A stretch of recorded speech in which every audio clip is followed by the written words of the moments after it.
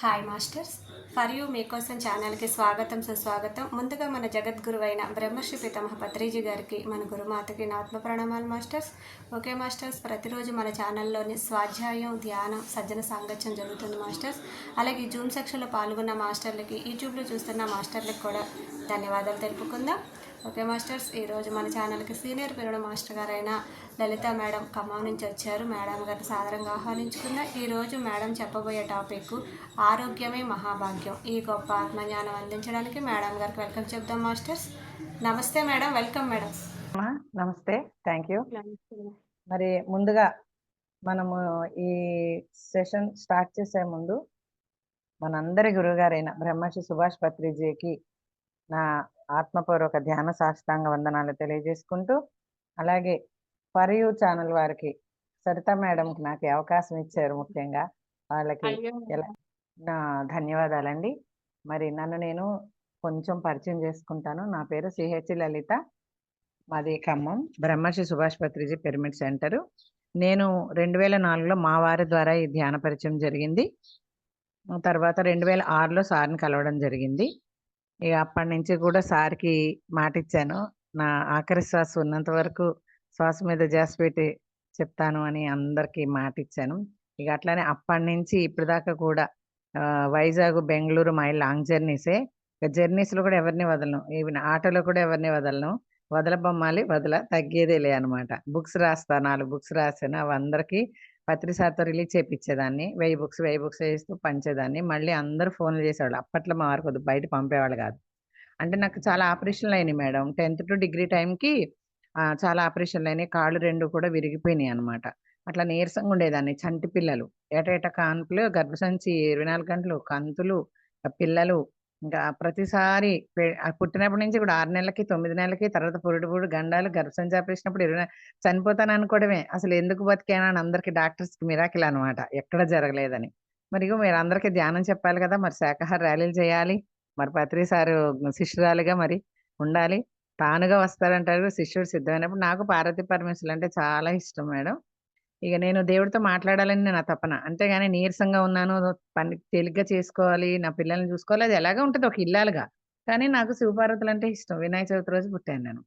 ఇక వాళ్ళతో ఎప్పుడు నేనే మాట్లాడటం. చిన్నప్పటి నుంచి అట్లా మాట్లాడుతూ ఉంటాననమాట. చెట్లతో వాటిలతో అట్లా. ఎందుకో మరి యోగి అని నాకప్పుడు తెలీదు. కుటుంబ పరిస్థితులు కూడా అలాగే ఉండేవి. సత్యమే మాట్లాడాలి, అబద్ధం చెప్పకూడదని నాన్న వాళ్ళు ఇచ్చే గుణం నేర్పించారు. తాతయ్య గాని, ఇటు ఆ తాతయ్య గాని, ఇటు మామయ్య గారు, ఇటు నాన్న అందరూ కూడా దాన ధర్మాలు చేసేవారు. ఒకళ్ళు ఇవ్వాలి మనకున్నదేదో ఉన్నంతలో. అసలు తనకు కూడా ఉంచుకోకుండా ఎవరు అడగకుండానే దానం చేసేసేవారు నాన్నగారు. అమ్మ అపాత్ర దానం చేయొద్దనేది. అట్లా క్రమశిక్షణ, నీట్‌నెస్ ఇవన్నీ అట్లా పెంచారనమాట. అవే ఇప్పుడు దాకా కూడా అవే. మళ్ళీ వచ్చిన బంధువులతో ఎట్లా ఉండాలి, ఒక ఇల్లాలుగా అత్తగారు, మామగారిని ఎట్లా చూసుకోవాలి, భర్త దగ్గర ఎట్లుండాలి, పిల్లల్ని ఎలా పెంచుకోవాలి, మొత్తం నేర్పారు. అమ్మా, నాన్న లేకపోయినా ముగ్గురు అక్కా చెల్లెళ్ళం అట్లా చేసుకుంటూ ఉంటాం. అన్నయ్య వైజాగే, చిన్న చెల్లి వైజాగే, ఇంక పెద్ద చెల్లి కూకట్పల్లి. అందరూ జాబ్‌లో స్థిరపడ్డారు, రిటైర్ అయ్యారు. తప్పకుండా. లేకపోతే అక్కడ క్లాస్ ఏర్పాటు చేసేసినా వచ్చేస్తాయి, ఏముంది. మరి ఇప్పుడు మొన్నే మేము వైజాగ్ వెళ్ళాం, మా చెల్లెళ్ళు వచ్చెళ్ళారు. ఇప్పట్లో కుదరదు, మీరు ఏదైనా క్లాస్ ఏర్పాటు చేసేయండి, వచ్చి చెప్పేద్దాం. కలుసుకున్నట్టు ఉంటది. ఇంక ఇప్పుడు ఏంటంటే బాబులు ఇద్దరికి పెళ్ళిళ్ళు అయిపోయినాయి. మనవలు చిన్న బాబుకి మా అబ్బాయి, చిన్న అబ్బాయి ఇంకా నాకన్నా బాగా క్లాసులు చెప్తాడు. నా కడుపున ఒక యోగి పుట్టాడు. వాడు కూడా చక్కగా పాయింట్ వైజ్‌గా చెప్తాడు ఆయన. నేను ఇంకా మధ్యలో పిట్ట కథలు చెప్తూ, కామెడీ జోక్స్ చెప్తూ అట్రాక్టివ్‌గా చెప్తాను. మా బాబు అయితే సీరియస్‌గా పాయింట్ వైజ్‌గా చెప్తాడు. నాకన్నా బాగా చెప్తాడు. ఎంత బాగా చెప్పాడమ్మా మీ అబ్బాయి అంటే, అసలు ఎంత ఆనందంగా ఉంటది కదా, నా కడుపున ఒక యోగికి జన్మనిచ్చినందుకు. ఇక అట్లా. అలాగే ప్రణాళిక కూడా నాది అలాగే ఉంది మేడం. అబద్ధాలు చెప్పకుండా ఉండడము ఇదంతా ఇట్లా. అయితే ఇక అలాగే ఇక గురువు గారిని కలవడం, నా ప్రణాళిక ప్రకారం. అసలు సారయితే నా అవసరం ఎవరికుంటదో వాళ్ళ కోసం నేనొచ్చానని చెప్పటం. ఈ ఏకలవ్య శిష్యురాలిని ఇంట్లోనే చేసుకోమంటారు. మా వారు పత్రి సార్ వచ్చినప్పుడు ఎళ్లి ఇక్కడ పెవిలియన్ గ్రౌండ్‌లో వాళ్ళ తాతయ్య ద్వారా భజనలకి, హరికథలకెళ్ళేవారు మా వారు. ఆ సంస్కారం అనమాట. నాకు తెలీదు ఫెవిలియన్ గ్రౌండ్‌కి సారొచ్చారంటే ఎళ్లి 4 బుక్స్ తెచ్చారు. అట్లా నీరసంగా అలా ఉండే బదులు బుక్స్ చదువుకొని ధ్యానం ఆయనేంటంటే తేలిగ్గా తిరుగుతాను, పనది చేసుకుంటా, ముక్కు మూలుకుని నీరసంగా చేయకుండా. చిన్న పిల్లలు గదా, వచ్చిపోయే బంధువులెక్కువ. పెళ్ళిళ్ళన్నీ, పురుళ్ళన్నీ, అమ్మ, నాన్న లేరు. నేనే చేయాల్సొచ్చింది. అలా నీరసంగా ఉండేదాన్ని, చంటి పిల్లలు. ఇంక అలా అనేవారనమాట. ఆ బుక్స్ చదువుతూ ఆ క్యాసెట్ కొనిచ్చారు. ఇక్కడ రాయపూడి రామకృష్ణ గారని పత్రి సార్‌తో బాగా అనమాట దగ్గరగా తిరుగుతూ ఉండేవారు. Senior master. చుట్టుపక్కల ఊళ్ళకొస్తే బస్సులు అది ఏసేవారు. తటవర్తిరావు గారు 3 క్లాసులు, 3 రోజులు అట్లా బస్సులేసేవారు. ఆయన మా వారి ఫ్రెండే. మా అత్తగారు ఇంటి దగ్గరే ఉంటారు వాళ్ళు. వాళ్ళ పిల్లలు ఫ్రెండ్సే. పిరమిడ్ అంటే ఇలా ఫస్ట్ పిరమిడ్ వాళ్ళదే ఖమ్మంలో. Gayatri pyramid centre. అక్కడ ఆ పిరమిడ్ అంటే ఇలా ఉంటదని చూపించింది మా వారే. అక్కడ క్యాసెట్ కొనిచ్చారు 'ధ్యానసుధ'. అప్పుడు చిన్న చిన్న క్యాసెట్లుండేవి. తిప్పి మళ్ళీ వెనక్కి తిప్పి ఏసుకోవాలి. ఇక బుద్ధ పిరమిడ్ సెంటర్‌లో ఎళ్ళిన 3 రోజులకే సార్ కలవటం. ఇక అన్నిట్లికి మా వారే. ఈ బుక్స్ ఏస్తే ఒకసారి వాడు ఆ ప్రింటింగ్ అతనేంటో చిన్న లెటర్స్ ఏసాడు. 'సనాతనం టు సనూతనం' నిన్నే చెప్పాను. మన సెషన్ కాలేదు గానీ తర్వాత కొంచెం ఇబ్బంది పెట్టినా బానే చెప్పాను. 11:15 దాకా అయింది. కొంచెం ఈ 10:15 దాకా ఇబ్బంది పెట్టింది. తర్వాత 11:15 దాకా కొద్దిగా లేట్ అయినా బానే జరిగింది. ఆ 'సనాతనం టు' పత్రి సార్ పెట్టారు. అది నాకు పేరు రాలా. 4 బుక్స్ రాసా మేడం. 12 జీవితానికి పంచసూత్రాలు. రెండోది 'సనాతనం టు సనూతనం' పత్రి సారే పెట్టారు పేరది. నెక్స్ట్ 'గురు సాక్షాత్ పరబ్రహ్మ'. నెక్స్ట్ ఆ 3 సార్ చేతుల మీద రిలీజ్ అయినాయి. నెక్స్ట్ 'కృషి ఉంటే మనుషులు ఋషులవుతారు.' అంటే కొత్తగా వచ్చిన వాళ్ళకి అర్థమయ్యేటటువంటి ఆత్మలు పరమాత్మ ఆ లెవెల్‌కెళ్ళను నేను. కొత్తగా అట్లా ఆ బుక్ మాత్రం ఇక్కడ కాస్మిక్ ఆయిల్‌లో సరోజిని మేడంతో రిలీజ్ చేపిచ్చాను ఖమ్మంలో. ఇగ అలాగనమాట. ఈ సారేమో 'సనాతనం సనూతనం' అని బుక్కు సార్ పెట్టడం జరిగింది. ఇలాగ అప్పటినుంచి కూడా నేనిట్లాగా చేస్తూనే ఉన్నా మేడం. చుట్టుపక్కల ఊళ్ళు, కాలేజీలు, స్కూల్సు అన్నీ పిల్లలకి చెప్పమంటారు కదా! భవిష్యత్ శ్రీకృష్ణులు వాళ్ళే. ఇప్పుడు ప్రస్తుతం యూనివర్స్ గ్లోబల్ లెవెల్‌లో జరగాలి. కిడ్సే ఇప్పుడు మెయిన్ యూత్, కిడ్స్. పైమా అనమాట యంగ్ మాస్టర్స్ అసోసియేషన్. కిడ్సు. మనం ఏంటంటే మేము పోమా అయిపోయాం. Pyramid old masters. పోమా ఏం చేయాలంటే పైమాకి గైడెన్స్ ఇవ్వాలి. ఆ పైమా ఏం చేయాలంటే ఈ కిడ్స్‌ని తయారు చేయాలి. ఇప్పుడు జరిగేది యూనివర్స్ లెవెల్‌లో, గ్లోబల్ లెవెల్‌లో అదే జరుగుద్ది. మన సూర్యాపేటలో పరి మేడం చెప్పారు. పత్రి సార్ వాళ్ళ అమ్మాయి. మేమందరం ఓకే అని రెడీగా ఉన్నాం. మన సీనియర్ మాస్టర్ పామూరు వాణి, ఎడిటర్ వాణి ఖమ్మమే కదా! ఎడిటర్ వాణి గారిది. నిర్మలా మేడంది ఖమ్మమే. వీళ్ళందరూ కూడా పరిచయం అనమాట. ఆటో రేటింగ్ పద్మ మేడం నేను నా ఛానెల్‌లోనే మీటింగ్ జరిగింది. మన కోనేరు వలసి మేడం బుక్ చదివా 'దేవరహస్యాలు.' మరణం మధురం చదివా. ఇట్లా మొత్తం అనమాట. ఎలా వీలుంటే అలాగా. మొన్నటిదాకా తిరిగి తిరిగి చదివాము. ఇప్పుడు జూమ్‌లో క్లాసులు ఎక్కువొస్తున్నాయి. ఇది మేడం సింపుల్‌గా. ఎవరిని వదిలేది లేదనమాట. ఇప్పుడు మనం ఇంకా స్టార్ట్ చేద్దాము. ఇవాళ నాకిచ్చిన కాన్సెప్ట్ ఏంటంటే, ఆరోగ్యమే మహాభాగ్యం. మరి ఆరోగ్యం దేనికి సంబంధించింది? ఆరోగ్యం దేనికి సంబంధించింది? శరీరానికి సంబంధించి. ప్రస్తుతం అంతే గదా! ఒంట్లో బావుందా అండి? ఎలా ఉన్నారా? అని అడుగుతారు. అంటే మనల్ని చూసి అడుగుతారు. ఏం చూసి అడుగుతారు? శరీరాన్ని చూసే గదా! ఆ తర్వాత మానసికంగా, ఆ తర్వాత బుద్ధిపరంగా ఇంకా ఇలా వెళ్తామనమాట. ఇప్పుడేంటంటే శరీరానికి సంబంధించింది. మరి ఆ శరీరానికి సంబంధించింది ఆరోగ్యం మహాభాగ్యం గాబట్టి అసలు శరీరం ఎలా తయారైంది? అది తెలుసుకొని, ఆ తర్వాత ఈ శరీరానికి ఆరోగ్యం, మహాభాగ్యం ఏ విధంగా ఇవ్వాలి ఆరోగ్యాన్ని? మహాభాగ్యం ఎలా చేసుకోవాలో చెప్పుకుందాం. ఫస్ట్ ఏంటంటే అసలు ఈ శరీరం ఎలా తయారైంది? అది చూద్దాం. ఇప్పుడు లలిత సహస్రనామాల్లో ఇచ్ఛాశక్తి, జ్ఞానశక్తి, క్రియాశక్తి, స్వరూపిణి అని చదువుకుంటాం గదా మనం. అంటే ఏదైనా మనకి ఇచ్ఛాశక్తి ఉండాలి. సంకల్పం అన్నమాట. ఇప్పుడు చూడండి ఇల్లు కట్టుకోవాలని ఈ ఒక్క ఇల్లన్నా ఉంటే బావున్ను అనుకుంటాం. ఒక చిన్నదో, పెద్దదో మనకంటూ ఒక ఇల్లు. రోటీ, మకాన్, కపడా అంటాం కదా! కనీసం అవసరాలు ఉండాలని ఎవరికైనా ఉంటది. అయితే అలాగా ఇచ్ఛాశక్తి ఉండాలన్నమాట. సంకల్పం, బలమైన సంకల్పం ఉంటే అదవుతుంది. ఇచ్ఛాశక్తి అయిపోయింది. ఇల్లు కట్టుకోవాలని ఇచ్ఛాశక్తి. ఆ శక్తి ఆ సంకల్పానికి తోడవుతుంది. నెక్స్ట్ ఏంటి? ఈ జ్ఞానశక్తి. మరి ఆ ఇల్లు కట్టాలంటే దానికి సంబంధించిన ఇంజినీర్ ప్లాన్ చేస్తాడు గదా! బాత్రూమ్ ఎక్కడుండాలి? వంటిల్లు ఎక్కడుండాలి? బెడ్‌రూమ్ ఎక్కడుండాలి? ఇవన్నీ కూడా ఉంటాయి. దేవుడు పూజ చేసుకోవడానికి ఎక్కడుండాలి? ఇవన్నీ కూడా ఉంటాయన్నమాట. జ్ఞానశక్తి ఆ డిజైన్ అంతా ప్లాన్ జేస్తాడు. అది జ్ఞానశక్తి. దానికి సంబంధించిన జ్ఞానంతోటి ఆయన ప్లాన్ జేస్తాడు. సిద్ధాంతులు గూడా మా తాతయ్య గారు, అమ్మ వాళ్ళ నాన్న సిద్ధాంతి గారే. ఆకివీడనమాట. కొల్లేరు సరస్సు ఉంటది గదా! ఆకివీడు సరౌండింగ్ గుడివాడ ఇవన్నీ గూడా మా తాతయ్య గారే చూసుకునేవారు. సిద్ధాంతి గారు. ఆయన ప్లాన్ జేస్తే మాకు తిరుగుండదనమాట. అట్లా. ఈ జ్ఞానశక్తి. ఇప్పుడు క్రియాశక్తి. ఇగ అంతా ప్లాను అంతా అయిపోయాక స్థలం తీసుకొని ఇది ప్లాను, ఇచ్ఛాశక్తి ఇదంతా అయిపోయిన తర్వాత ఏం జరుగుద్ది? ఒక మేస్త్రీలు పెట్టుకొని కొంతమంది వర్కర్‌లతోటి ఇటుక పేర్చి ఆ సిమెంట్ తోటి ఒక ఇల్లు చిన్నదో, పెద్దదో తయారు చేసుకుంటాం కదా! తయారు చేసుకున్నాక ఏమైతది? ప్రాణప్రతిష్ఠ సంవత్సరం లోపే గృహప్రవేశం చేయాలి అంటారు. సంవత్సరం దాటనివ్వరు. కొంచెం అటు ఇటుగా ఎలివేషన్ అది ఒకవేళ పూర్తి కాకపోయినా ముందు గృహప్రవేశం అయిపోతారు. పాలు పొంగిస్తారు సింపుల్‌గా అయినా. ఆ ప్రాణప్రతిష్ఠ జరుగుద్ది. రోజు దీపం ఉంచాలి ఇంట్లో అంటారు. అలా వదిలేయకూడదు అంటారు. అలాగా ఒక ఇల్లు కట్టుకోవడానికే ఇంత అవుతున్నప్పుడు, ఇక ఈ శరీరం అనే దాన్ని మనం ఎలా తయారు చేసుకున్నాం?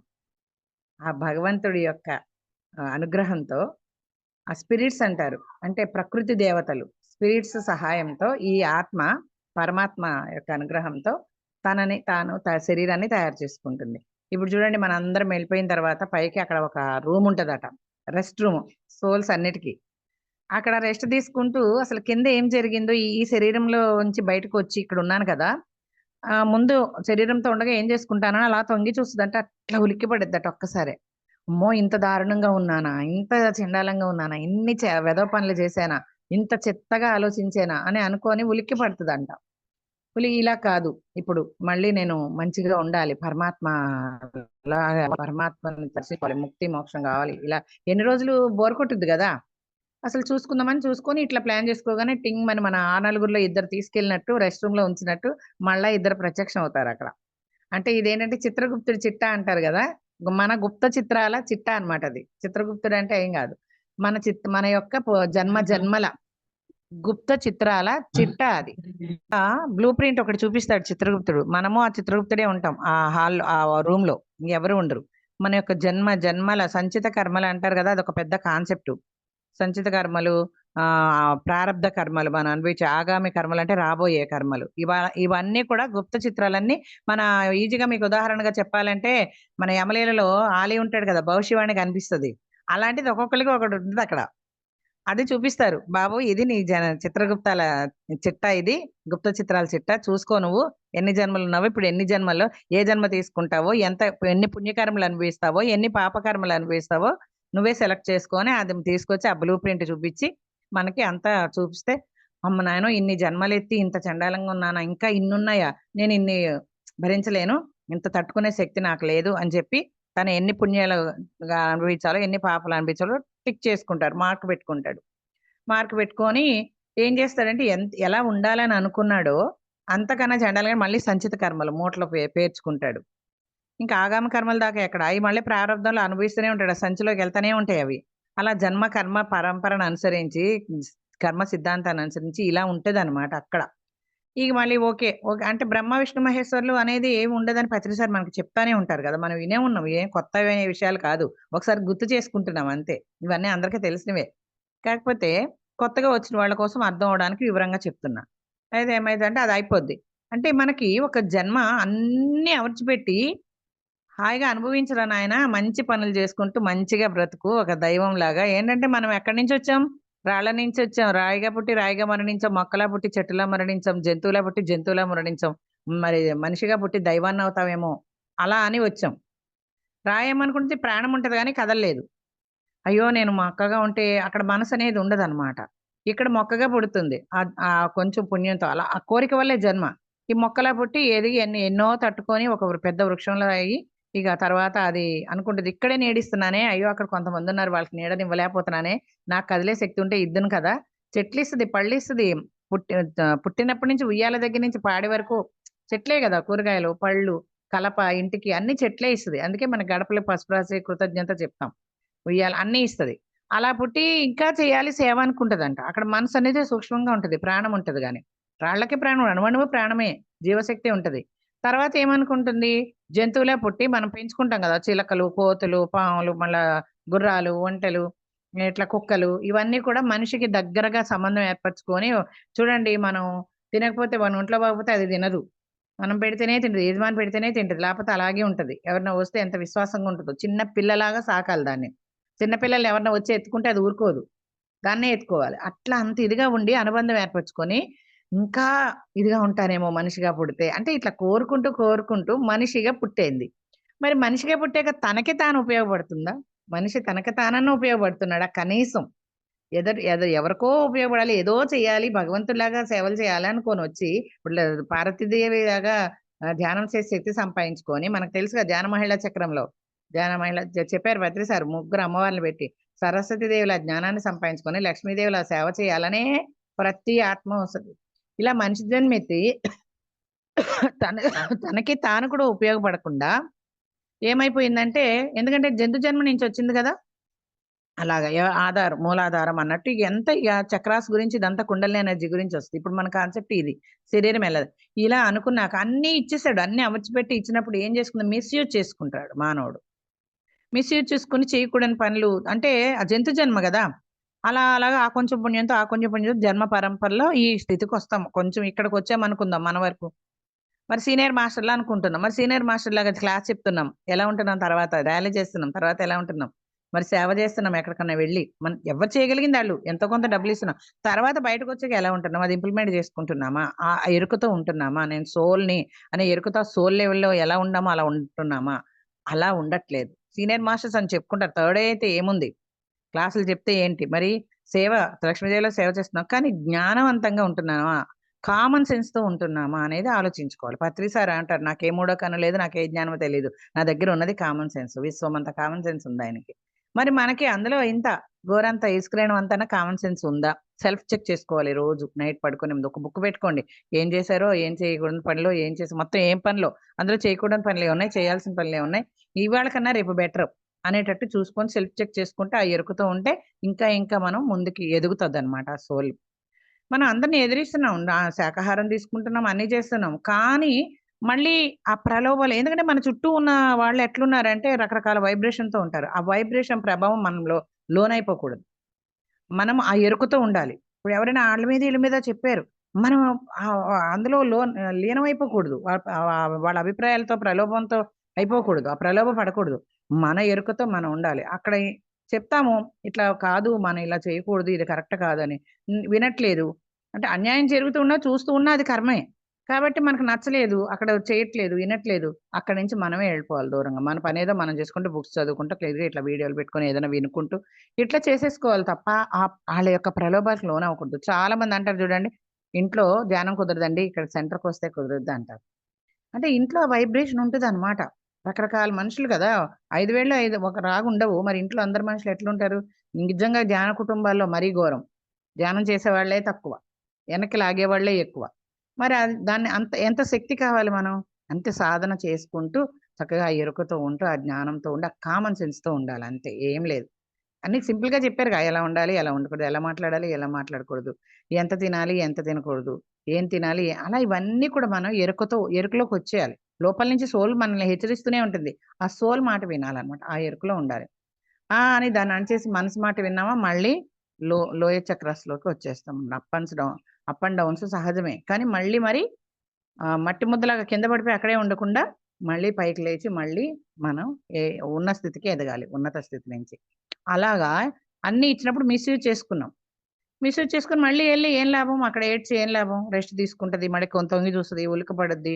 ఇలా కాదని మళ్ళీ జన్మ తీసుకోవడానికి ఇన్నని టిక్ పెట్టుకుంటది. అది ఏంటంటే ఆ జన్మ తీసుకోవడం, సృష్టించుకోవటం. తనని తాను ఎలా సృష్టించుకుంటదనేది ఇక్కడ జరుగుద్ది. తర్వాత ఏం చేసుకుంటది? అంటే ఆ స్థితి ఇక్కడ ఉండడం, పాప పుణ్య కర్మాలన్నీ వాళ్ళ తెచ్చుకున్నయన్నీ అనుభవించటం ఇదంతా కుటుంబము, ఫ్యామిలీ ఇదంతా స్థితి. మళ్ళీ ఇంక అయిపోయింది. నేను మళ్ళీ కొత్త శరీరం గావాలి. శరీరానికి ఓపిక లేదు. ఏం సాధించలేము. ఇంక చాలు అనుకున్నప్పుడు ఈ శరీరాన్ని వదిలి మరి చిరిగిపోయిన బట్టలతో మనం తిరగలేం గదా! ఈ శరీరాన్ని వదిలి మళ్ళీ ఇంకో శరీరం, కొత్త శరీరంతో మళ్ళీ బలంగా ఉండి పని చేయగలదు. అందుకని తను ఆ శరీరం వదిలిపెట్టి కొత్త శరీరం తీసుకుంటది. ఇలాగా ఏది నేర్చుకోవటానికి లేదు అనేదాకా జన్మలెత్తుతూనే ఉంటామంట. ఈ జన్మ కర్మ అది పెద్ద కాన్సెప్ట్ అది. ఇవన్నీ పెద్ద పెద్ద కాన్సెప్ట్‌లు ఇప్పుడు చెప్పినయి చాలా కాన్సెప్ట్‌లొచ్చినియి మనకి. మనదేంటంటే ఆరోగ్యమే మహాభాగ్యం. మిస్‌యూజ్ చేసుకొని అయితే మరి ఎలా ఉండాలిప్పుడు నేను?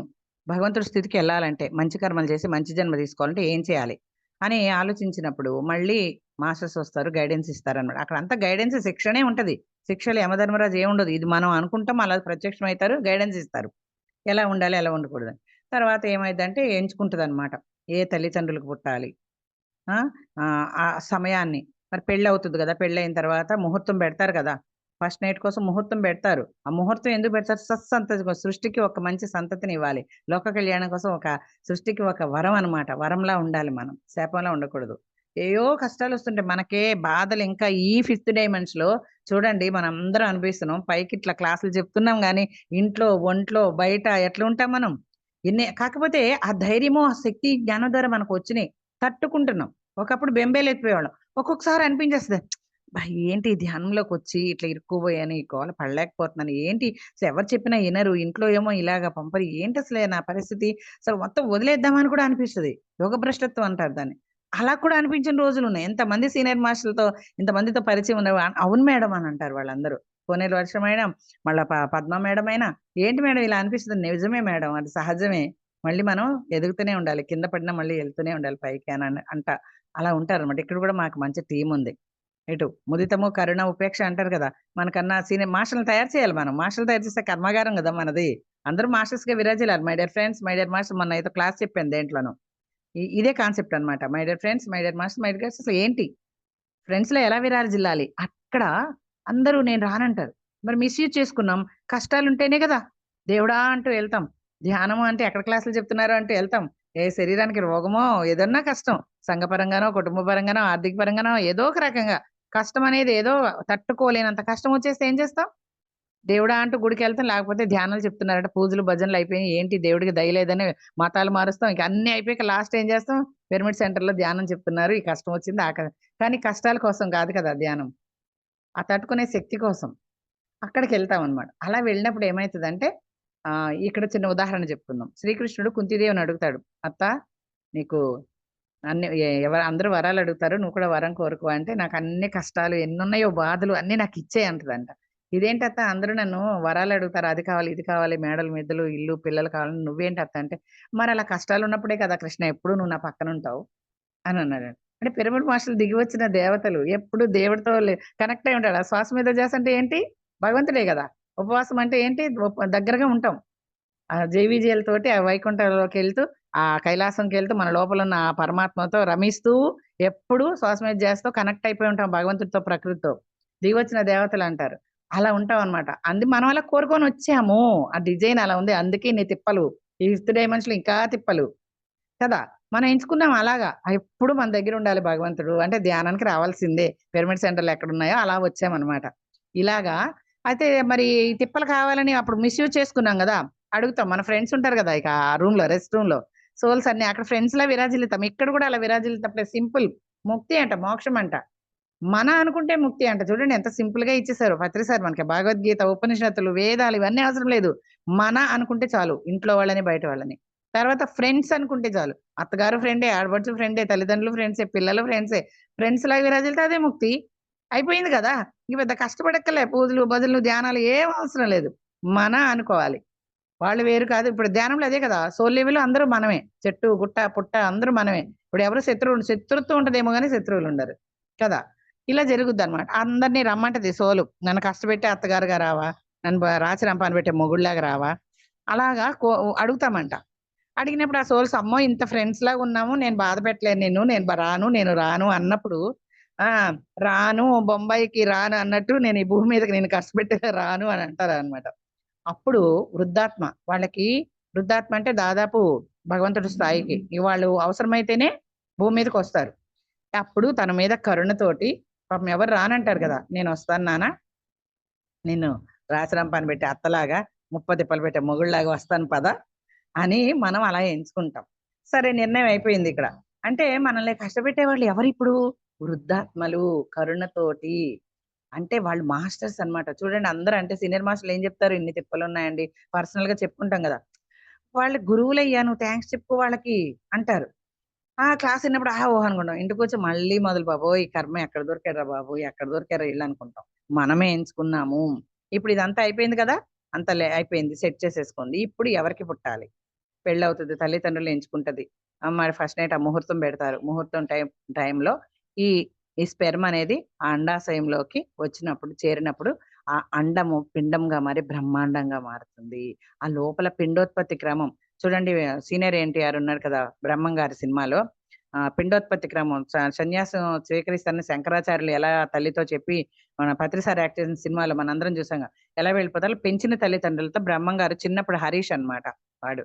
సీనియర్ ఎన్టీఆర్. అతకి మా కొడుకనమాట. అప్పుడు బ్రహ్మం గారు చిన్నప్పుడు హరీషు.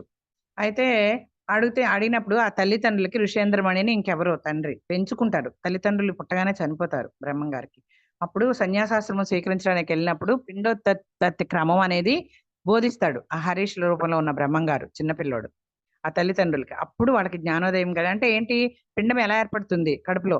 అయ్యో! పూర్వజన్మలో ఏ మాత్రమైన పుణ్యం చేయలేకపోతేనే ఈ మలమూత్రాల మధ్యలో ఈ చీకటి గుహలో మళ్ళీ కర్మలను అనుసరించుకొని తెచ్చుకున్నానే. అయ్యో! ఎంత పుణ్యమైనా చేసుకోబోతున్నానని కుమిలిద్దట.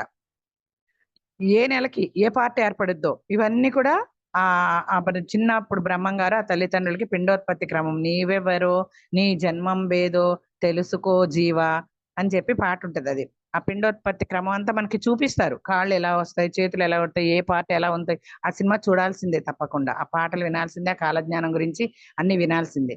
ఈసారి వస్తే తప్పకుండా చూడండి అందరూ. అయితే అలా చెప్పేసి వెళ్ళిపోతాడు ఆయన బ్రహ్మంగారు. అలా తర్వాత పెద్దోడవుతాడు, కాలజ్ఞానం ఇదంతా జరుగుద్ది. అలాగే ఇక్కడ ఏం జరుగుద్దంటే ప్రకృతి శక్తుల సహాయంతో అండంగానే ఉంటది కదా, ఆ పిండం బ్రహ్మాండంగా మారాలంటే ఆ ప్రకృతి దేవతల ఆ స్పిరిట్స్ అంటారు వాటిని. ఆ వాటితోటి మరి చూడండి, ఇప్పుడు మన కంటికి వెలుగు ఎక్కడిది? ఈ కళ్ళు ఇలా చూస్తున్నాయంటే కోటి ముక్కోటి దేవతలు, సకల కోటి ఎన్నో కోట్ల దేవతలు పనిచేస్తాయి. ముక్కు వాసన ఎలా తెలుస్తుంది? ఇక్కడ కోటాను కోట్ల దేవతలు. ఈ నోరు ఎట్లా మాట్లాడుతుంది? ఇక్కడ కొన్ని కోట్ల దేవతలు. చెవులు వినికిడి ఎలాగా? ఈ చైతన్యం ఎలాగా? ఈ జీర్ణాశయం ఎలా పనిచేస్తుంది? లివర్ ఎలా పనిచేస్తుంది? హార్ట్, లంగ్స్ ఇవన్నీ ఎలా పనిచేస్తున్నాయి? జీర్ణాశయం, మరి అరిగదల, మరి మలమూత్రాల విసర్జన ఎలా జరుగుతుంది? నువ్వే చేసేస్తున్నావు అన్ని. ఆకలి ఎవరు పుట్టిస్తున్నారు? ఇవన్నీ ఎవరంటే ప్రకృతి శక్తి దేవతల స్పిరిట్స్ అంటాం. వాటి సహాయంతో ఈ ఆత్మ పరమాత్మని దీవెనతోటి, అనుగ్రహంతోటి, ఎన్నో కోట్ల స్పిరిట్స్ తోటి ఇలాగ కళ్ళు, ముక్కు ఎక్కడ ఆ పిండానికి, అండానికి ఎలా అమర్చాలో అలాగా అన్ని అవయవాలు అమరుస్తారనమాట. ఈ దేవతల సహాయంతో తానే ఒక ఇల్లు మనం ఇందాక అనుకున్నట్టుగా ఇటుక ఇటుక పేర్చి ఇల్లు ఎలా కడతామో అలాగే ఇచ్ఛాశక్తి, జ్ఞానశక్తి, డిజైన్ అన్ని అయిపోయింది కదా. ఇచ్ఛాశక్తి అయింది మళ్ళీ పుట్టాలని, డిజైన్ అయిపోయింది. ఎవరిని ఎంచుకోవాలి, ఎవరిని కనాలి, ఎవరు పుట్టాలి అని ఎంచుకుంది. వృద్ధాత్మని ఎంచుకుంది, ఎన్ని కర్మలో టిక్ పెట్టుకుంది. ఇదంతా డిజైన్ చేసుకుంది. మన డిజైన్ ఇలా ఉంది అనుకుంటాం కదా.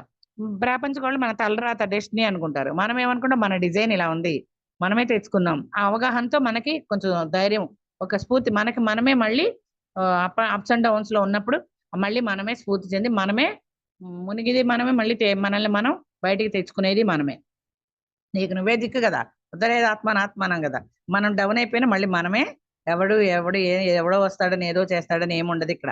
ఇలా తయారైన మనం మన ఆత్మశక్తిని మన సంకల్పంతో నేను దీనికోసం వచ్చాను, నేను ఊరికే రాలేదు, నాకు లైఫ్ పర్పస్ ఉంది అని చెప్పి ఈ అవగాహన తెచ్చుకుని ధ్యానం చేసి ఆ ఎరుకతో ఉంటే మనకి ఏదైనా సాధిస్తామన్నమాట. మళ్ళీ మనం డౌన్ అయిపోం అసలు.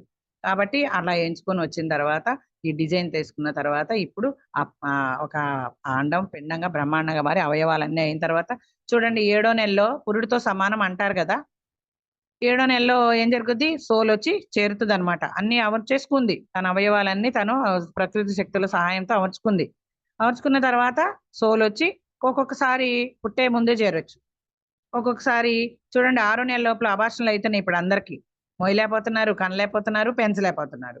అందుకే ధ్యానము చేసి పెళ్లి చేసుకున్న దానికి ఎందుకు, ఏ కారణంతో నేను పెళ్లి చేసుకుంటున్నాను, ఎవరు నా లైఫ్ పార్ట్నర్. ఇప్పుడు ధ్యానంలో మూడో కన్నుతో అందరూ ఎవరు లైఫ్ పార్ట్నర్ వాళ్ళు మూడో కన్నుతో చూసుకొని చేసుకుంటున్నారు. వాళ్ళకి కూడా ధ్యానం నేర్పి కదా, చక్కగా ధ్యానంలో పెళ్లి చేసుకుంటున్నారు. అలా పెళ్లి చేసుకున్నప్పుడు లోపల బిడ్డకి, ప్రహ్లాదుడికి చెప్పినట్టుగా లోపల బిడ్డకి కడుపులో ఉండగానే తల్లి కౌన్సిలింగ్ ఇవ్వాలి.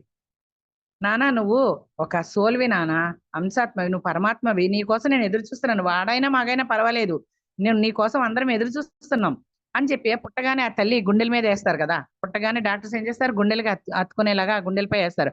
ఆ పాలు ఎత్తుకుంటూ ఉంటది. ఎవరు చెప్పారు? అప్పుడు అనాలి, నానా నువ్వు రావడం నాకు సంతోషంగా ఉంది, నువ్వు ఎవరో కాదు నానా, ఆ పరమాత్మవి, అంశాత్మవి, నువ్వు పరమాత్మకి అంశాత్మవి, నువ్వు అలాగే ఎదుగు నానా అని ఆ కడుపులో ఉన్నప్పటి నుంచి తల్లే తొలి గురువు ఏ బిడ్డకైనా. మొక్కయంగాది మానే ఉండదు. ఒక ధ్యాని అయితేనే ఆ తల్లిని అలా ప్రహ్లాదుల్లాగా కడుపులో ఉండగా పెంచుద్ది.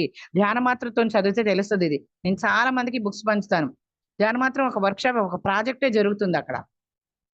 ఎక్కడో ఉన్న బిడ్డకి తల్లికి ఇక్కడ నుంచి కౌన్సిలింగ్ ఇవ్వచ్చు, మనం కనెక్ట్ అయ్యవచ్చు. అట్లా నేను మా మనవాళ్ళకి కూడా అలాగే, మా కోడళ్ళకి బెడ్ రెస్ట్ అంటే పడుకొని అలాగే ధ్యానం చేయించి అలాగే ధ్యాన జగత్ చదివించి, అట్లాగే మా మనవడు కూడా పత్రిసార్ లాంటి వాడు నాకు మనవడిగా పుట్టాలని కోరుకున్నాను. అలాగే ఉన్నాడు వాడు. కాదు ప్రస్తుతం వాళ్ళ అమ్మా నాన్న భయం వల్ల కొంచెం పక్కన పెట్టాడు. 7 ఏళ్ల వరకు మూడో కన్నుతో ఉంటారు కదా, 7 ఏళ్ల నుంచి మనసు నిర్మాణం ఏర్పడుద్ది. వాళ్ళ నాన్న అమ్మ భయంతో అట్లా వాళ్ళు నాన్ వెజ్ పెట్టేసి హాస్పిటల్కి తీసుకెళ్లి ఇట్లా చేస్తున్నారు. మళ్ళీ ఆ టైం వచ్చినప్పుడు వాడు ఎందుకు పుట్టాడు అనేది వాడు తెలుసుకుంటాడు. మనకు కూడా మనం పుట్టగానే ధ్యానం తెలియదు కదా. నాకు పిల్లలు 10th ఇంటర్ ఆ టైంలో తెలిసింది. మరి అట్లా టైం వచ్చినప్పుడు తాను సిద్ధంగా ఉన్నప్పుడు గురువే వచ్చి, అది పునర్జన్మ మనకి. తల్లిదండ్రులకి జన్మిస్తే ఈ ధ్యాన జీవితంలోకి వచ్చినప్పుడు పునర్జన్మ మనది. కాబట్టి ఇవన్నీ అందరూ అండర్లైన్ చేసుకోండి, నోటీస్ చేసుకోండి పాయింట్స్ అన్ని.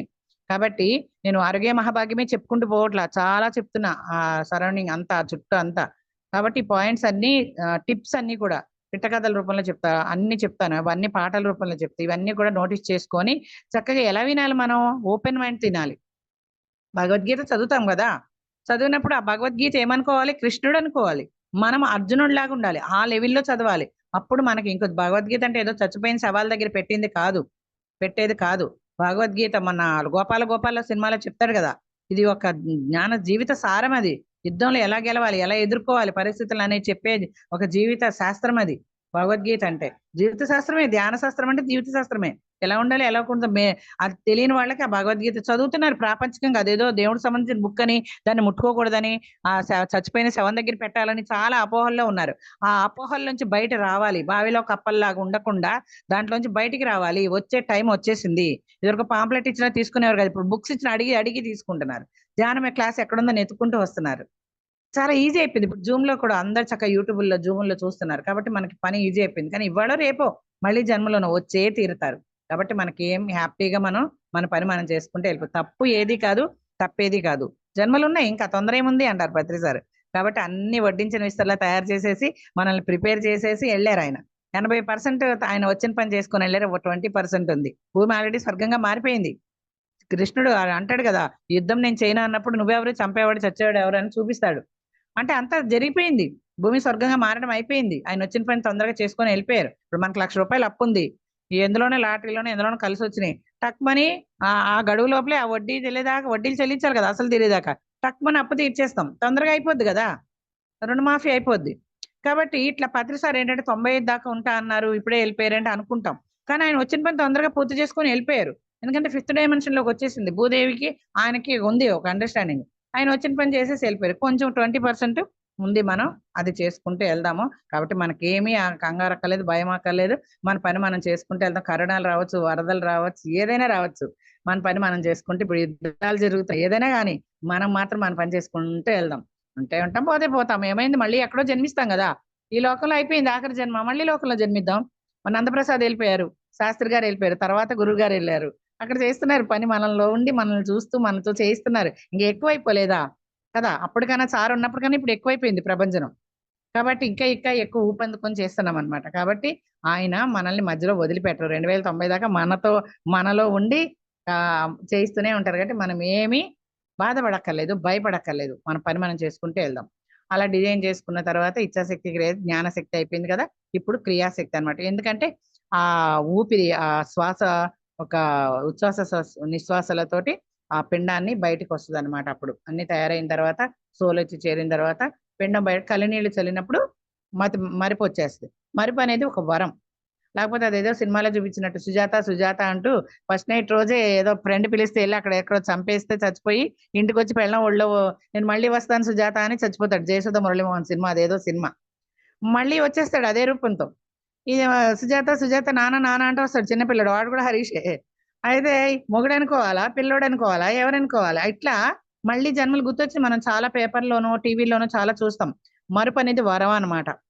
మళ్ళీ మర్చిపోయి మనం ఆ ధ్యానం ఎప్పుడైతే మళ్ళీ పునర్జన్మ మనకి ఎప్పుడైతే స్టార్ట్ అవుతుందో, గురువుని ఎప్పుడైతే కలుస్తామో ఆ టైం వచ్చినప్పుడు ఆ గురువుని కలిసినప్పుడు పునర్జన్మ అనమాట. అక్కడి నుంచి మళ్ళీ మనకి ఎందుకు వచ్చామో స్టార్ట్ అయిపోద్ది. అప్పటిదాకా బతుకు జట్కా బండి. ఇప్పుడు ఏంటంటే రథసారథి వచ్చేసారు, మనల్ని కలిసాడు, నడిపిస్తాడు అనమాట. చక్కగా హాయిగా చేసుకుంటూ వెళ్ళిపోవచ్చు. ఇప్పుడు మరుపు వస్తుంది. మరుపు వచ్చినప్పుడు ఏం చేయాలంటే చక్కగా ఆ చిన్న పిల్లవాడిని ఎట్లా చూస్తారు, దేవుడితో సమానం అంటారు. చక్కగా అట్లా చూస్తూ పూర్వజన్మ అనేది గుర్తుంటే తడైతూ ఉంటారు, నవ్వుతూ ఉంటారు. పిల్లలు ఏడుస్తూ ఉంటారు కదా నిద్దట్లో. అవన్నీ గుర్తుంటాయి. పూర్వజన్మలో ఎందుకు పుట్టామో, ఎందుకు ఇన్ని కష్టాలు ఉన్నాయి, ఎన్ని ఉన్నాయా అని కలినీళ్ళు చల్లేసరికి మాయలో పడతారు కదా అజ్ఞానంలో. దానివల్ల ఏడుస్తూ అవి గుర్తొచ్చినప్పుడు నవ్వుతూ, ఆ పుణ్యకర్మలు గుర్తొచ్చినప్పుడు ఇన్ని ఉన్నాయి మనం చేయాల్సినవి ఆ స్పృహతో ఉంటారు. ఆ మూడో కన్నుతో ఆ యొక్క పూర్వజన్మ స్పృహ ఉంటది, ఎందుకు వచ్చామనే స్పృహ ఉంటది. ఏడో వచ్చిన తర్వాత మనసు నిర్మాణం మొదలైద్ది. ఈ మూర్ఖమైన తల్లిదండ్రులు, టీచర్స్ అలాగా ఇలాగానే అదిలించి బెదిరించినప్పుడు ఆ మూడో కన్ను కొంచెం కొంచెం కొంచెం కొంచెం కుంచించిపోతూ ఉంటది. మనసు నిర్మాణం మొదలైంది. అప్పుడు వాడికి కష్టాలు మొదలవుతాయి. ఇంకా ఎందుకంటే వాళ్ళే చేసుకున్నారు. తర్వాత మరి ఎంచుకున్నాడు కదా, వృద్ధాత్మని తెచ్చుకున్నాడు కదా కష్టాలు పెట్టడానికి. అట్లా మొదలైద్ది వాడికి. ఇక మొదలైనప్పుడు ఆ టైం వచ్చినప్పుడు ఒక గురువు సాంగత్యం దొరికినప్పుడు మళ్ళీ తను ఆ కొండలి శక్తిని యాక్టివేట్ చేసుకొని, థర్డ్ ఐ ఓపెన్ చేసుకొని మళ్ళీ తన జన్మలన్నీ చూసుకొని ఎందుకు వచ్చాడో తెలుసుకొని ఆ పని చేస్తూ వెళ్తాడనమాట. మరి ఇట్లా అయినప్పుడు మరి ఆరోగ్యం మహాభాగ్యం కదా మన కాన్సెప్ట్. ఇన్ని అన్ని జరిగిన తర్వాత ఇప్పుడు ఆరోగ్యానికి ఏమి ఇవ్వాలి, ఈ దేహానికి ఏమి ఇవ్వాలి, ఏం పెట్టి పోషించాలి, ఏం చేయకూడదు, ఏం తినాలి, ఏం తినకూడదు. ఫస్ట్ ప్రిఫరెన్స్ శ్వాసకి ఇవ్వాలి. శ్వాసతోనే కదా, ఆ శ్వాస నెట్టబట్టే కదా మనము ఆ తల్లి ఉచ్ఛ్వాస నిశ్వాసాలతో బయటికి నెట్టబట్టే కదా భూమి మీద పడ్డాం. తొలి శ్వాస తీసుకున్నాం, తర్వాత మరణించినప్పుడు తుది శ్వాస తీసుకుంటాం. మన నీడైనా మాయమైపోద్ది, మన శ్వాస మనతోనే ఉంటుంది. అందుకని పుట్టినప్పటి నుంచి మరణించేదాకా ఏళ్ళు పెట్టి చూస్తారు. పుట్టగానే పిల్లలు ఏడవపోయినా కూడా ఇలాగే చూస్తారు, కానీ గమనించట్లా మధ్యలో. కాబట్టి ఫస్ట్ ప్రిఫరెన్స్ దేనికి ఇవ్వాలి? శ్వాసకి ఇవ్వాలి. ఈ దేహం అనే దేవాలయంలో జీవుడు అనే దేవుడు ఉన్నాడు. మనం ఒక సృష్టికి వరంగా వచ్చాం కాబట్టి ఒక దైవంలో ఎదగడానికి ఫస్ట్ ఈ ధ్యానంలోకి వచ్చిన తర్వాత వాళ్ళకి అర్థమైద్ది. అంటే తల్లిదండ్రులు ధ్యానం చేసిన కుటుంబంలోనే పుట్టారనుకోండి, ఆ తల్లి తొలి గురువు అని ఇందాక అనుకున్నట్టుగా ఆ తల్లి కడుపులోనే కౌన్సిలింగ్ ఇచ్చినప్పుడు రావడమే యోగిలాగా వస్తాడు, ఒక వ్యాస భగవానుడు లాగా. వ్యాసుడు అలాగే పుట్టడం గడ్డాల మీసాలు వస్తాయి, కానీ ఇక్కడ గడ్డాల మీసాలు రావు. ఆ స్టోరీలో అలా వెళ్ళిపోతాడు. ఆ వ్యాసుడు వల్లే కదా మనకి ధృతరాష్ట్రుడు, పాండురాజు, ఇవన్నీ సత్యవతి, అంబాలకి స్టోరీ అంతా జరిగింది. భీష్ముడు శపథం, భీష్మ సినిమా చూస్తే ఇవన్నీ తెలుస్తాయి. కాబట్టి మనం ఏం చేయాలంటే ఇక్కడ మనకు ఆ ఎరుక ఉన్నా లేకున్నా శ్వాసకే ప్రిపరేషన్ ఇవ్వాలి. ఆ ఎప్పుడు వీలుంటే అప్పుడు 10 నిమిషాలు వీలుంటే 10 నిమిషాలు, 5 నిమిషాలు వీలుంటే అరగంట, వీలుంటే అరగంట, ఎప్పుడు అయిపోతే అప్పుడు గబగబా పని చేసుకోవడం శ్వాసకి. నెక్స్ట్ ప్రిఫరెన్స్ ఎవరికి ఇవ్వాలి, దేనికి ఇవ్వాలి అంటే వాటర్కి. ఆ వాటర్ ఎలా తీసుకోవాలి? ఎప్పుడంటే అప్పుడు కాదు, తినేటప్పుడు అసలు వాటర్ తాగొద్దు. ఉదయం లెగ్గానే మన పూర్వీకులు చూడండి, మరి రాగి చెంతో ఒక తులసాకు వేసుకొని పెట్టుకునేవారు. లేవగానే చేతులు చూసుకునేవారు. ప్రభాతే కరదర్శనం అంటారు. తర్వాత భూదేవికి దండం పెట్టుకొని కాలు కింద పెడతారు. మనం భూదేవికి క్షమాపణ చెప్పుకుంటాం, మళ్ళీ నడుస్తున్నాం, మలమూత్రాలు వచ్చేస్తాం. అందుకని లేవడం భూదేవికి దండం పెట్టుకోవాలి. ఎన్ని చేస్తున్నామో భూదేవి పైన మన బరువు మోస్తుంది, మలమూత్రాలను తల కలుపుకుంటుంది, మరి ఎన్ని మోస్తుంది, పాపపుణ్యాలన్నీ మోస్తుంది. ఎన్నో చెత్త చెదారాలు వేస్తున్నాం దానికి, భూమిని గుణపాలతో పొడుస్తున్నాం ఆ భూదేవి గర్భంలో. మరి అందుకని భూమికి నమస్కరిస్తాం లెగ్గానే. వాటర్ తాగుతాం, రాగి చెంబులో నీళ్లు. తర్వాత మళ్ళీ ఎప్పుడు తాగాలి? మధ్యాహ్నం 11, 12 ఆ టైం కల్లా ఫుల్ వాటర్ తాగాలి. తర్వాత మళ్ళీ ఎప్పుడు తాగాలి? మన శరీరంలో వాటరే కదా ఉంది, మన భూమి చుట్టూ కూడా 70% వాటరే కదా ఉంది. కాబట్టి మన లోపల బయట ఏదైతే ప్రకృతి ఉందో, విశ్వంలో ఏ లోకాలు అయితే ఉన్నాయో, నవగ్రహాలు, అష్టదిక్పాలు, ఇవన్నీ ఏదైతే ఉన్నాయో ఇవన్నీ మనలోనే ఉన్నాయి. సూర్యుడు, చంద్రుడు, నవగ్రహాలు ఇవన్నీ లోపల. కృష్ణుడు చూపించాడు కదా తల్లికి బోనబాండాలన్నీ చూపించాడు కదా నోట్లో. అవన్నీ కూడా మనకే ఉన్నాయి. కృష్ణుడు కూడా మానవుడిలాగానే వచ్చాడు, రాముడు కాడ మానవులానే వచ్చాడు. రాముడు చేసి చూపించాడు, కృష్ణుడు చెప్పి చేయించాడు. అలాగా కృష్ణుడు బొజ్జలో ఆ భాండాగారం ఎలా అయితే ఉందో, ఆ విశ్వం అంతా ఎలా ఉందో, ఆ ప్రకృతి అంతా మనలో కూడా అలాగే ఉంది. ఎందుకంటే మనలో పరమాత్మ ఉన్నాడు. ఇది దేహం అనే దేవాలయం, ఇది దేహమే దేవాలయము. ఆ అహం బ్రహ్మాస్మి అంటాం కదా, ఆత్మే పరబ్రహ్మం, దేహమే దేవాలయం, జీవుడే దేవుడు. మన ఆ దేవుడు ఉన్న ఈ దేహానికి, ఈ దేవాలయానికి ఏమి ఇవ్వాలి? గర్భగుళ్ళకి ఎవరైనా మాంసం పట్టుకెళ్ళి ఇస్తారా? బలులు కూడా బయట ఎక్కడో ఇస్తారు కదా. మరి గర్భగుడిలోకి ఎవరు తీసుకెళ్ళా? గర్భగుడిలోకి వెళ్ళినట్టుగా శ్వాస మీద ధ్యాస పెట్టి, నా లోపలికి నేను వెళ్తున్నాను, నా కోసం నేను, నాతో నేను అని లోపలికి ఎవరైతే వెళ్తారో అప్పుడు నువ్వేంటి ఎందుకు వచ్చో నీకు తెలుస్తుంది. అప్పుడు ఆ వాటర్ అనమాట.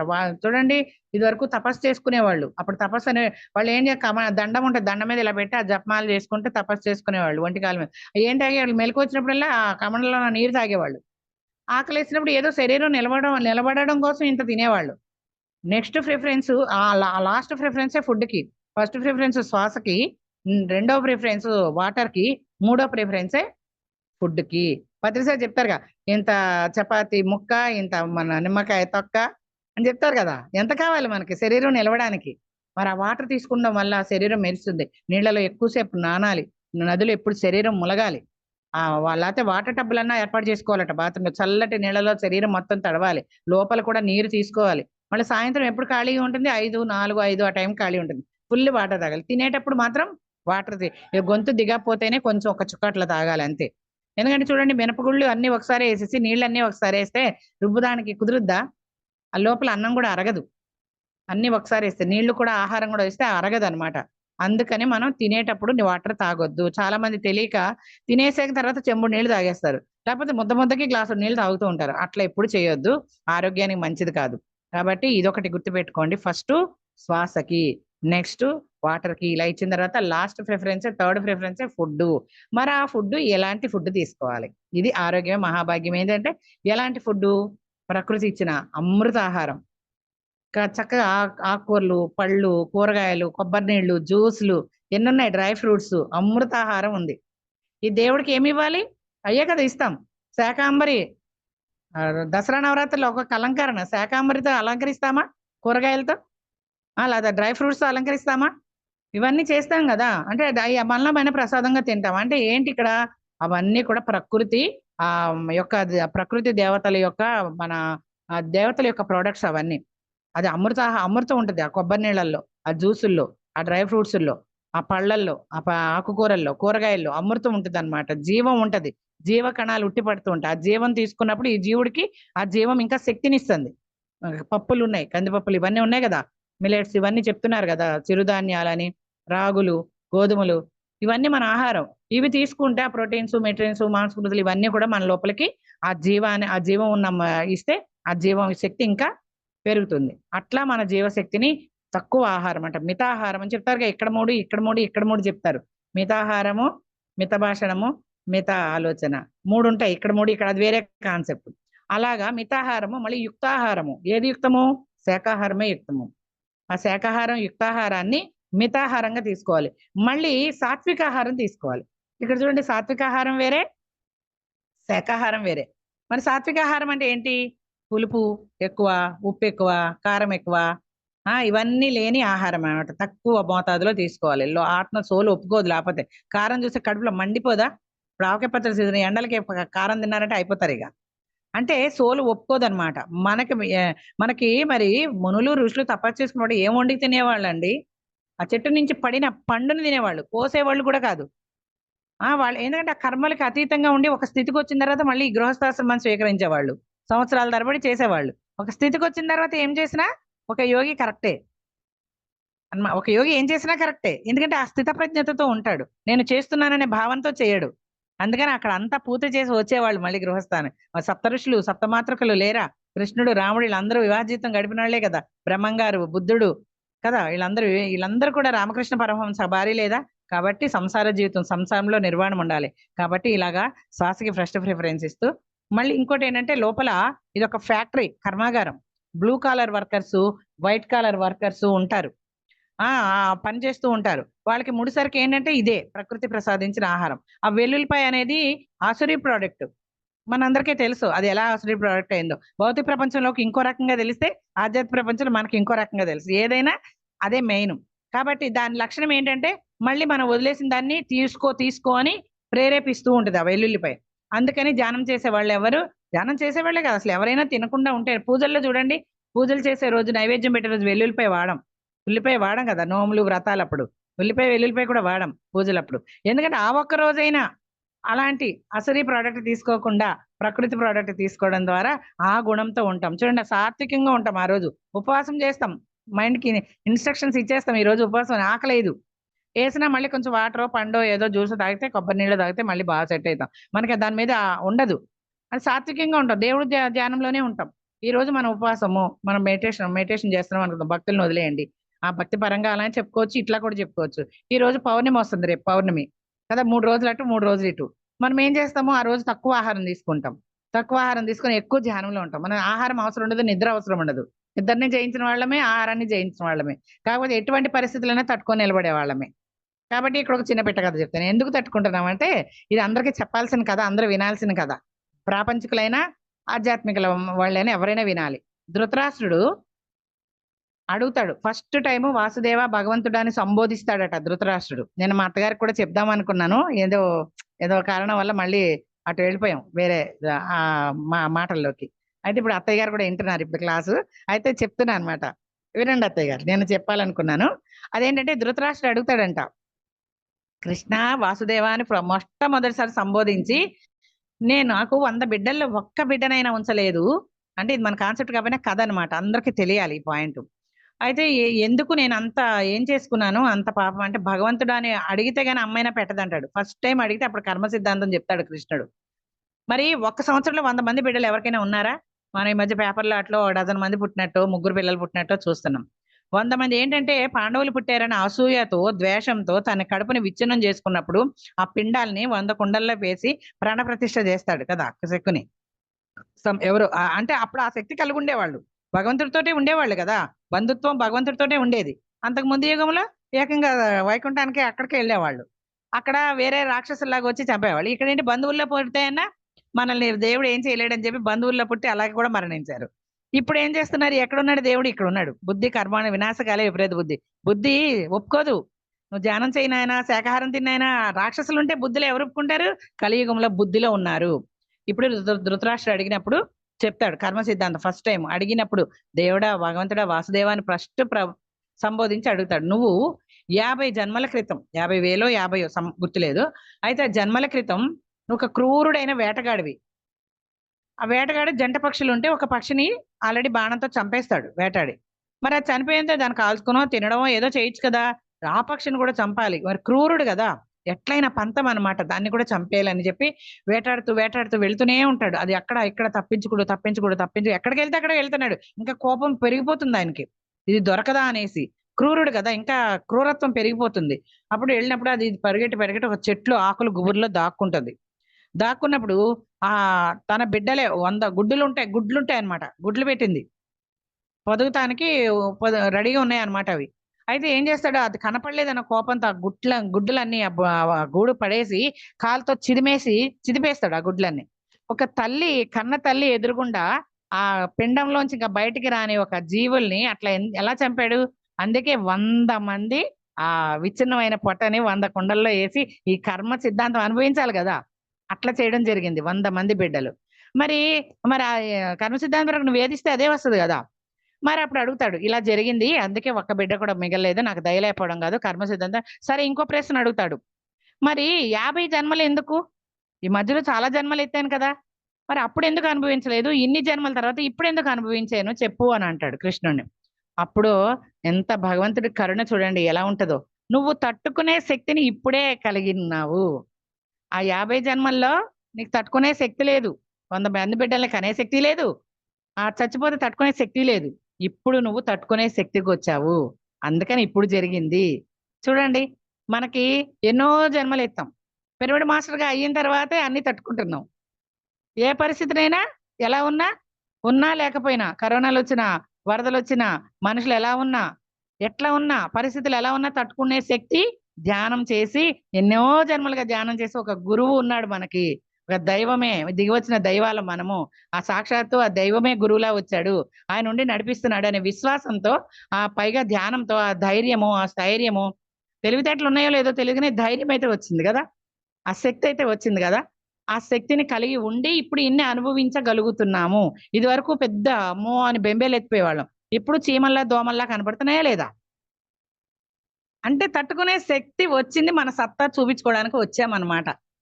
అంటే కర్మ సిద్ధాంతం ఇలా ఉంటదని ధృతరాష్ట్రుడికి శ్రీకృష్ణుడు చెప్పాడు. అసలు ఎంత ఆనందం వేసిందంటే, అందుకు నా ఇన్ని కష్టాలు పడుతున్నాం. ఒక్కొక్కసారి ఇందాక అనుకున్నప్పుడు అప్ అండ్ డౌన్స్ అయిపోతాం కదా, అసలు ఎందుకు ఇన్ని కష్టాలు ఈ ధ్యానంలోకి వచ్చి ఏంది ఈ బాధ అని సీనియర్ మాస్టర్లు సైతం అనుకున్నారు. కానీ ఇది ఎప్పుడైతే మొన్న వంశీ సార్ క్లాస్ లోనే ఎక్కడో విన్నా, ఇది విన్న తర్వాత అదంతా పోయిందనమాట. ఓహో అందుకేనేనా, తట్టుకునే శక్తి వచ్చింది కాబట్టి ఇప్పుడు అనుభవిస్తున్నాం ఇన్ని.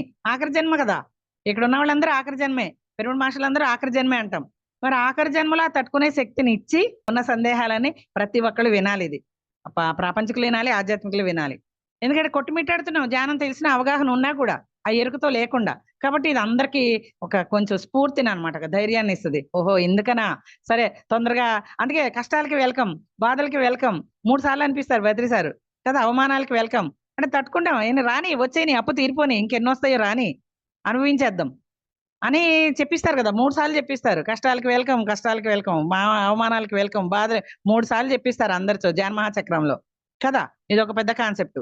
కాబట్టి ఎందుకంటే ఆయన ఉండి మనలో ఉండి నడిపించి ఆ శక్తిని ఆ ధైర్యాన్ని అది ఇచ్చాడు మనకి. విగ్రహాలు ఎందుకు, ఈ జన్మలు ఎందుకు, ఈ కర్మలు ఎందుకు, ఇవన్నీ మనకు అవగాహన వచ్చినాయి. మూడో కన్ను లేకపోవచ్చు, పూర్వజన్మలో తెలుసుకున్న వాళ్ళకి ఇప్పుడు అవసరం ఉండదు. నాకైతే ఏమీ కనపడదు. ఆ చెట్లు మాట్లాడతాయి, వాన ప్లీజ్ బంగారం అంటే కురిసే వాన అయిపోతుంది, బయటకు వెళ్ళాలి, స్కూల్లో ధ్యానం చెప్పాలి పిల్లలకి, ప్లీజ్ బంగారం అంట. ఒక స్టూడెంట్ నాతో వస్తుంది, ప్లీజ్ బంగారం, ఏంటి టీచర్ వాన ఆగిపోయింది. ఎందుకంటే మనం అలా కనెక్ట్ ఏర్పడుతుంది ప్రకృతి, ఎందుకంటే మనలోనే ఉంది.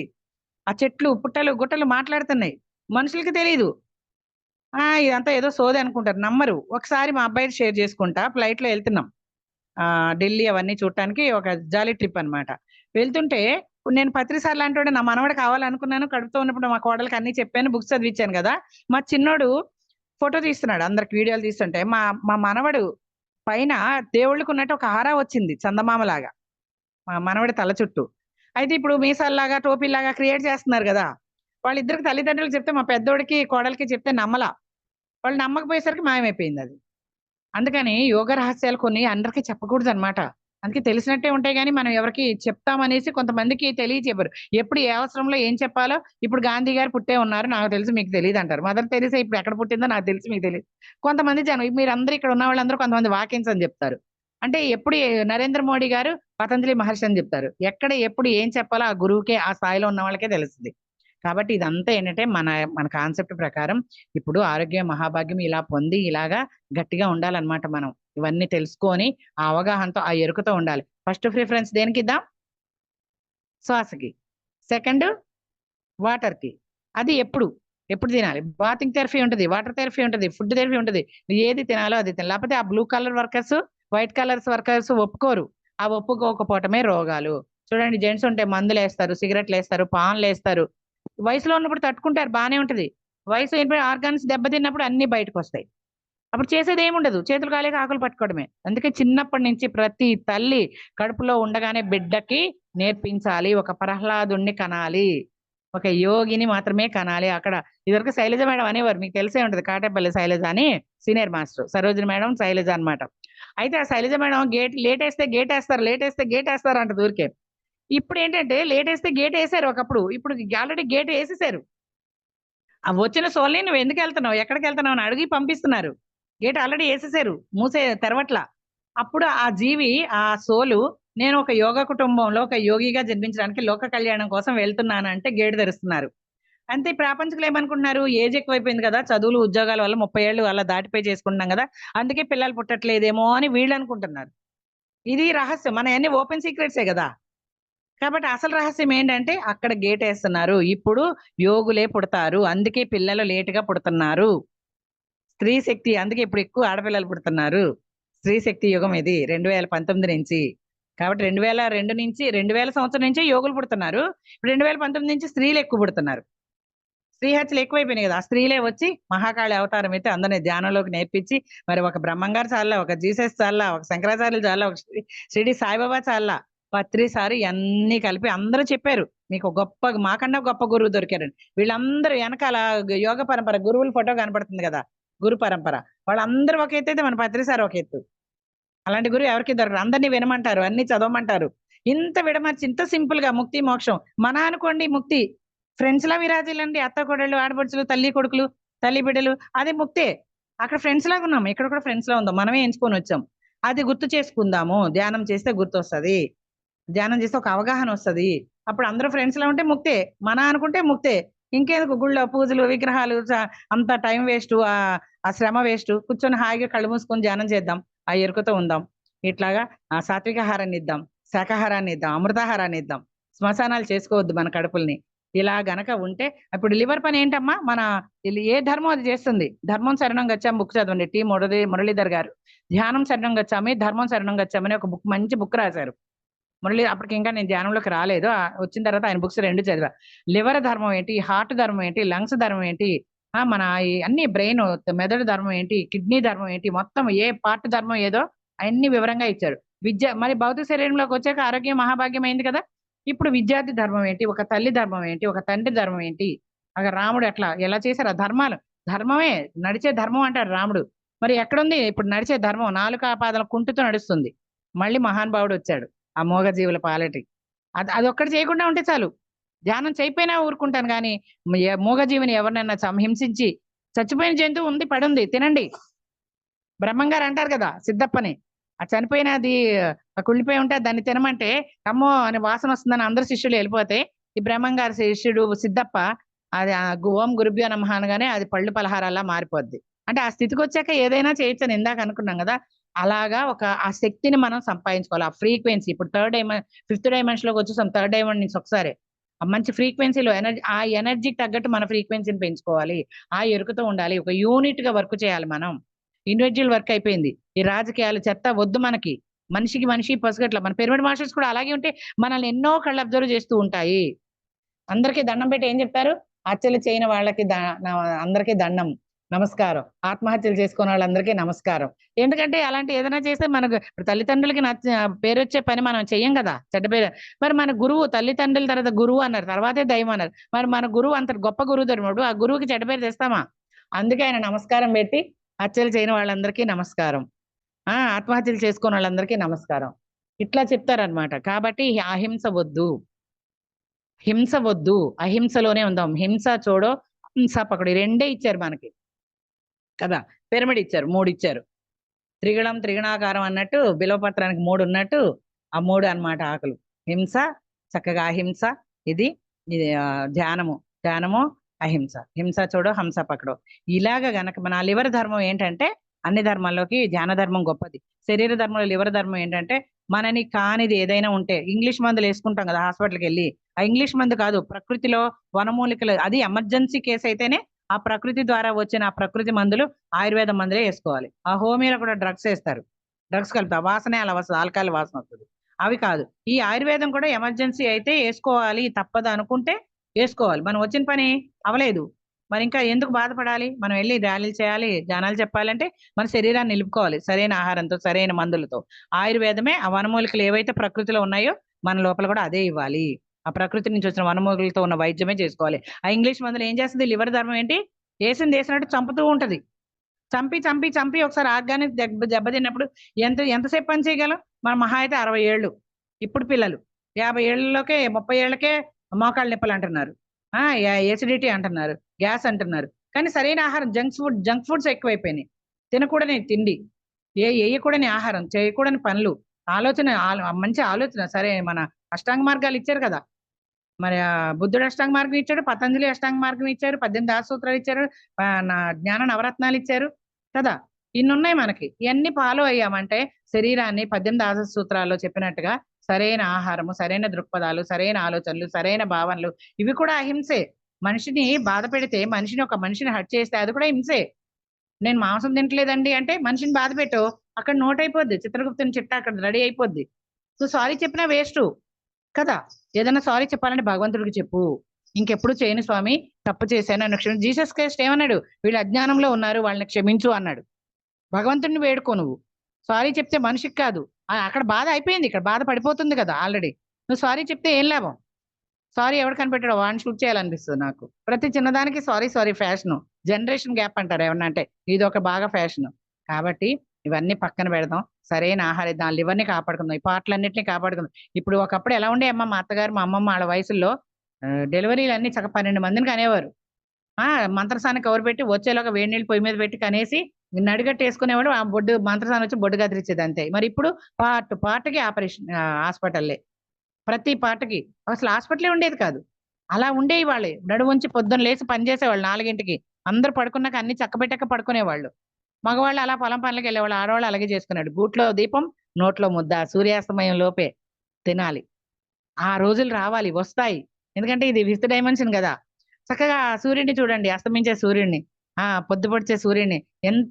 ఏ డాక్టర్ అవసరం ఉండదు, ఆ కిరణాలు శరీరానికి పడాలి. ఒక అరగంట, 6 to 6:30. ఇప్పుడు వేసవకాలం చక్కగా వస్తాడు 5:30కే. 6 to 6:30 కూర్చోలేమా? ధ్యానం చేస్తూ కూర్చో, లేకపోతే చూస్తూ కూర్చో, చూడగలం కదా పొద్దు పొడుపు సూర్యుడిని. అస్తమించే చూడు, పండులాగా చక్కగా దిగుతూ ఉంటాడు. ఇటువైపు కూర్చో, తర్వాత ఇటువైపు కూర్చో, ధ్యానం చేస్తూ కూర్చో, లేదా ధ్యానం చేయకుండా చూస్తూ కూర్చో, ఆ వెన్నెల్లో కూర్చో, పౌర్ణమి మొత్తం ఫ్రీ ఎనర్జీ అదంతా. మొక్కల కింద దగ్గర కూర్చొని ధ్యానం చేస్తే ఆ ఫ్రీ ఎనర్జీ, సూర్యుడి దగ్గర ఫ్రీ ఎనర్జీ, చంద్రుడి దగ్గర ఫ్రీ ఎనర్జీ, వాటర్ తో ఫ్రీ ఎనర్జీ. ఇంత ఎనర్జీ మనకి ఫ్రీగా వస్తున్నప్పుడు, న్యూ ఏజ్ మాస్టర్స్ ఇవన్నీ చెప్తున్నప్పుడు, ఇంతమంది చెప్తున్నప్పుడు మనం వినడానికి, చేయడానికి ఏంటి? కాబట్టి ఇలా ఆచరిస్తూ చక్కగా ఇలా చేస్తూ ఆరోగ్యాన్ని ఎంతో మహాభాగ్యం ఉంటే, ఆ blue colour workers, light colour workers అంటే దేవతలు. ఈ ఫ్యాక్టరీ చక్కగా 120 ఏళ్ళట సర్టెన్ ఏజ్ మనిషికి. 120 ఏళ్ళు కాదు, 100 ఏళ్ళు కూడా ఉండట్లా. ఇప్పుడు మన సదానంద యోగి ఎవరో స్వామీజీ వచ్చారు కదా, అప్పటికి సార్ ఉన్నప్పుడే 108 ఏళ్ళు, 106 ఏళ్ళు. ఇప్పుడు ఈయనకి ఇంకా ఎక్కువే వచ్చుంటాయి. కాబట్టి ఆయన అన్ని చెప్తుంటాడు. అందరూ వినాలి, బుక్స్ చదవాలి, ధ్యానము, సజ్జన సాంగత్యము, తర్వాత స్వాధ్యాయము, ఇవన్నీ చేసుకుంటూ అందరికి జాన ప్రచారం చేసుకుంటూ సాధన 3 hours ఫస్ట్ సిట్టింగ్ లో. ఇప్పుడు ఇదివరకు ఏజ్ ఎంతో అంతా ఇదివరకు అయిపోయింది. గ్రూప్ మెడిటేషన్ అయితే అరగంట అప్పుడు ఇప్పుడు, కానీ 3 hours ఫస్ట్ సిట్టింగ్ లో చేయాలి. నొప్పులు వచ్చినా ఏమొచ్చినా నొప్పులన్నీ బయటికి పోతున్నాయి. హాలాహలమే కదా వచ్చింది సముద్రం చిలికినప్పుడు పాలకడల్లో. హాలాహలం అంటే ఆ లోపల ఇన్నాళ్ళ నుంచి నువ్వు పుట్టినప్పటి నుంచి ఇప్పుడు ఉన్న ఏం కష్టాలు పడ్డావో, ఎవరేమన్నారో, ఏం చేసావో అవన్నీ వస్తుంటాయి. హాలాహలం అన్ని పోనీ రాని పోనీ, తర్వాత హాయిగా ఉంటది. ఇక నొప్పులు రావు, ఏమీ రావు. జ్ఞానాగ్ని కర్మ దగ్ధానం. ఈ జ్ఞానం అనే అగ్నిలో ఆ కర్మలన్నీ దగ్ధం అయిపోయినప్పుడు నొప్పులు వస్తాయి. తట్టుకో, కళ్ళు తెరవకు, చేతులు విడదీయకు. నడు నొప్పి కాస్త పడుకొని చేయొచ్చు పెద్దవాళ్ళు. మనం మాత్రం కూర్చునే ఉండాలి నిటారుగా. ఇప్పుడు చూడండి, ఈ జంతువులన్నీ ఇలా ఉంటాయి. వెన్నుపూస. మనిషి ఒక్కడే ఇలా కూర్చోగలడు. యాంటీనా ఉంటేనే కదా టీవీలోకి మనకు అన్ని వేవ్స్ లాగుతాయి. కాబట్టి మనం కూర్చునే చేయాలి. పెద్దవాళ్ళు మోకాళ్ళ నొప్పులు అవి నడువు నొప్పులు ఉంటాయి కాబట్టి ముసలి వాళ్ళు ఇప్పుడు దొరికింది వాళ్ళకి ధ్యానం. వాళ్ళు కొంచెం పడుకొని కూర్చోగలిగినంతసేపు కూర్చొని పడుకొని చేయొచ్చు. ఇలా గనక మనము ఇవన్నీ అందిస్తే ఈ దేహాన్ని దేవాలయానికి, ఆ లోపల ఉన్న పరమాత్మకి ఇలాంటివన్నీ అందిస్తే శ్వాసయే ఆత్మకి శక్తి. ఆహారము నీళ్లు శరీరానికి శక్తి. ఏ బ్యూటీ పార్లర్ అక్కర్లేదు, మెరుస్తుంది. చక్క పళ్ళ రసాలు జ్యూసులు రాస్తారు, పసుపు పాలు మేగడ అవన్నీ లోపలికి తీసుకో. బాలింత్రాలకు ఏం పెడతారమ్మా? ఫస్ట్ ముందు సొంటి పొడి, తర్వాత కారపొడి, తర్వాత ఇంకా ఏదో పొడి పెడతారు కదా, అవి లోపలికి తీసుకో. ఏముండవు, నువ్వుల నూనె తాగిచ్చేవారు పెద్దవాళ్ళు నడువు నొప్పులు ఆడవాళ్ళకి రాకుండా. నువ్వులు ఉండలు పెట్టేవారు. ఇప్పుడు అవన్నీ లేదు జంక్ ఫుడ్లు. కాబట్టి ఎలాంటి ఆహారం తినాలి? సాత్విక ఆహారము, యుక్తాహారము, శాకాహారము తీసుకొని తగినంత నీరు తీసుకుంటూ, తగినంత నిద్ర, ప్రకృతి నిద్ర ఇచ్చింది వరంగా. చక్కగా అలా తగినంత నిద్ర, తగినంత ఆహారం, తగినంత ఇలాంటివన్నీ పాటిస్తూ గనుక అప్పుడు ఆరోగ్యమే మహాభాగ్యం. కాక ఎక్కడికి పోతుంది? ఎవరి ఆరోగ్యం వాళ్ళ చేతుల్లోనే ఉంది. మీ ఆరోగ్యం మీ చేతుల్లో. బుక్ చదవండి. మీ జీవితం మీ చేతుల్లో. బుక్స్ చదవండి. ఎన్ని బుక్స్ వచ్చినాయి మనకి? అవన్నీ చదవండి. చదివితే బుద్ధి వికసిస్తుంది. సరైన ఆహారం తీసుకుంటే చురుగ్గా పనిచేస్తుంది. సరైన నిద్ర, అతి నిద్ర వద్దు. కాబట్టి అన్ని మితపాళ్లలో మధ్య మార్గంలో ఉంటే శరీరానికి చక్కటి ఆరోగ్యమే మహాభాగ్యము. ఓకే అమ్మా, చక్కగా విన్నందుకు, ఇంత టైం నాకు ఇచ్చినందుకు. మరి టైం అయిపోయింది, 11:30 12:30 అయింది. కాబట్టి నాకు ఈ అవకాశం ఇచ్చినందుకు ఫర్ యూ ఛానల్ వారికి కదా, ఫర్ యూ ఛానలే కదమ్మా, మరి సరిత మేడంకి, ఈ టీం వాళ్ళందరికీ కూడా థ్యాంక్ యూ కృతజ్ఞతలమ్మా. Thank you madam, thank you so much madam. For you మీకోసం మన ఛానల్కి వచ్చి ఎంతో గొప్ప ఆత్మజ్ఞానం అందించారు మేడం. Thank you madam.